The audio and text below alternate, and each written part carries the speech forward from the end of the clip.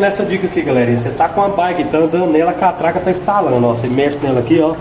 Ó o barulho dela.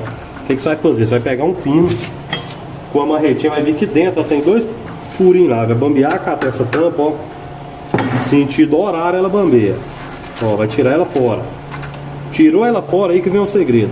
Ela fora, galera, aqui a tampinha, a gente vai lá dentro com a seringa, vai pôr graxa, ó. Não precisa tirar a parte de baixo não, um pouquinho de cima aqui já resolve, ó.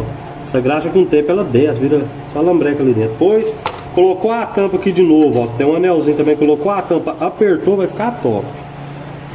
Colocou a tampa aqui, ó. Apertou. Cuidado pra colocar a tampa aperta, galera. Vai parar aquele de estralar tudinho. Dá uma dificuldade mesmo, galera, pra achar a rosca. Aí, ó. Acabou que é barulhão, ó. Quer dizer, tac, tac, tac. Gostou dessa dica? Deixa o like, compartilha, tamo junto. Falou!